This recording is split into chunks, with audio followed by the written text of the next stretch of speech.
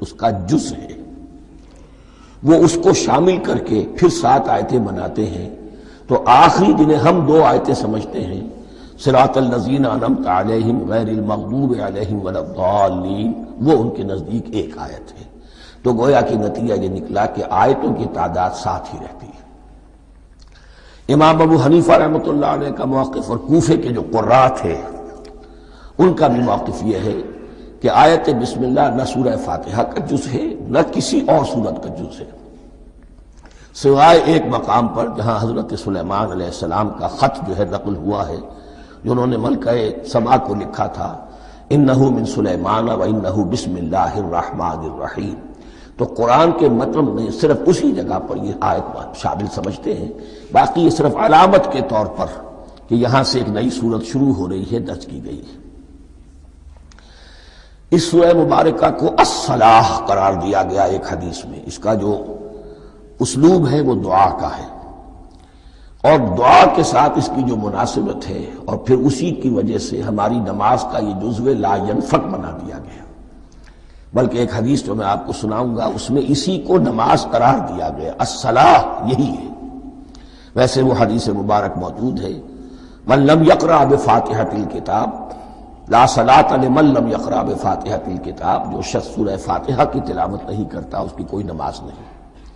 اس کے حوالے سے بھی ہمارے ہاں 2 مسلک ہیں، ذکر صرف اس لیے کر رہا ہوں کہ آپ کے علم میں ہو، ان میں کوئی بنیادی فرق نہیں ہے،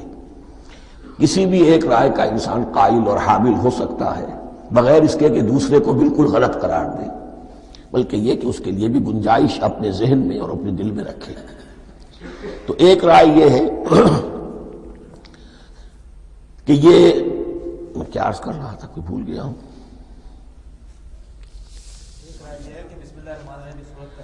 جی، اور دوسری آیت یہ ہے کہ اس کا حصہ نہیں ہے، اسی اعتبار سے یہ کہ یہ سورہ مبارکہ نماز میں پڑھی جانی ضروری ہے، لا صلاۃ لمن لم یقرأ بفاتحۃ الکتاب۔ البتہ یہ اختلاف ہے، یہ بات جو میں ذکر کر رہا تھا جو ذہن سے نکل گئی، کہ آیا مقتدی جو ہے امام کے پیچھے کھڑا ہو کر جب نماز پڑھ رہا ہو تو کیا اس صورت میں بھی اس کے لیے لازم ہے کہ سورہ فاتحہ پڑھے؟ اس میں 2 رائے ہو گئی، بلکہ 3۔ ایک رائے انتہائی ہے اور وہ فقہ حنفی کی طرف منسوب ہے کہ اگر آپ امام کے پیچھے مقتدی کی حیثیت سے نماز پڑھ رہے تو کسی بھی رکعت میں آپ سورہ فاتحہ نہیں پڑھیں گے۔ ایک دوسری بالکل برعکس رائے ہے، وہ امام شافعی رحمۃ اللہ علیہ کی ہے کہ ہر حالت میں چاہے امام جہری رکعت پڑھا رہا ہو جس میں وہ بلند آواز سے سورہ فاتحہ پڑھ رہا ہو اور چاہے وہ سری رکعت ہو، ہر حالت میں مقتدی کو بھی پڑھنی ہے۔ ایک تیسری رائے بین ہے، وہ امام مالک کی ہے رحمۃ اللہ علیہ، کہ جو سری رکعت ہے جس میں کہ امام بھی خاموشی سے پڑھ رہا ہے مقتدیوں کو بھی پڑھنی چاہیے، جو جہری رکعت ہے جس میں کہ امام بلند آواز سے پڑھ رہا ہے اس میں مقتدیوں کو خاموش رہ کر پوری توجہ جو ہے سننے پر صرف کر دینی چاہیے۔ اذا قرئ القرآن فاستمعوا له وانصتوا، جب قرآن پڑھا جا رہا ہو تو پوری توجہ اس کے پڑھنے پر مرکوز کر دو اور خود خاموش رہو۔ میرے اپنی رائے میں یہ تیسری رائے سب سے زیادہ صائب ہے اور اس میں کسی طرح کی بھی کوئی پیچیدگی پیدا نہیں ہوتی۔ بہرحال اس سورہ مبارکہ کا جو اسلوب ہے میں نے عرض کیا دعائیہ ہے،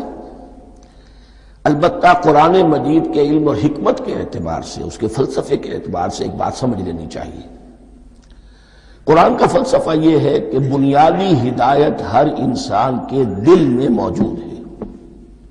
بالقوہ، پوٹینشلی۔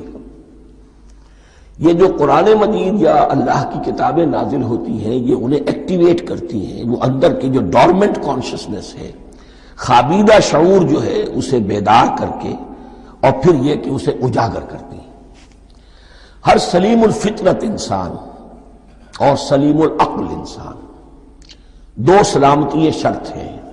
سلیم الفطرت، نیچر پرورٹڈ نہ ہو، فطرت مسخ نہ ہو گئی ہو، عقل سلیم ہو، ان دونوں چیزوں کا نتیجہ یہ نکلتا ہے کہ وہ انسان از خود بغیر کسی وحی کی رہنمائی کے،